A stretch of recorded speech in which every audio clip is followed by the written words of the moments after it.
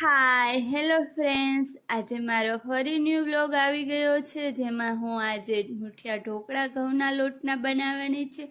Already મેં શાકભાજી એમાં કટિંગ કરીને જ રાખેલું છે, જેમ કે લીલું લસણ, લીલી ડુંગળી, ધાણું, મેથી અને મરચું, જે મેં કટિંગ કરીને એક તપેલીમાં રાખેલું છે. એ જ તપેલીમાં આપણે એક વાટકો ઘઉંનો લોટ લઈશું, થોડો એવો ચણાનો લોટ ઉમેરશું, પછી 1 ચમચી આપણે હળદર લેશું અને 1 ચમચી મીઠું લેશું અથવા સ્વાદ અનુસાર આપણે મીઠું નાખશું. પછી આપણે બેકિંગ સોડા નાખશું. પછી આપણે એક લીંબુ લેશું અને લીંબુનો રસ એમાં નાખશું. પછી આપણે પાણી વડે લોટને બાંધી લેશું.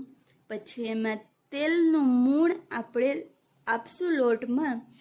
પછી આપણો લોટ બંધાઈ જાય પછી આપણે પાણી ગરમ કરવા મૂકી દઈશું અને એક છાણીમાં આપણે ઢોકળાને બાફવામાં રાખવાના છે. તો આપણે આ રીતે શેપ આપી અને આપણે ઢોકળાને બાફવા મૂકી દઈશું ઢાંકીને. પછી આપણા ઢોકળા બફાઈ જાય એટલે ચાકુ વડે કટિંગ કરીને વઘારી નાખશું, જેમાં આપણે તપેલીમાં તેલ નાખશું, રાઈ નાખશું, જીરું નાખશું, લીમડો નાખશું, મરચું નાખશું અને આપણે ઢોકળાને વઘારી નાખશું અને પછી લાસ્ટમાં ધાણા નાખી દઈશું અને આપણા ઢોકળા તૈયાર છે.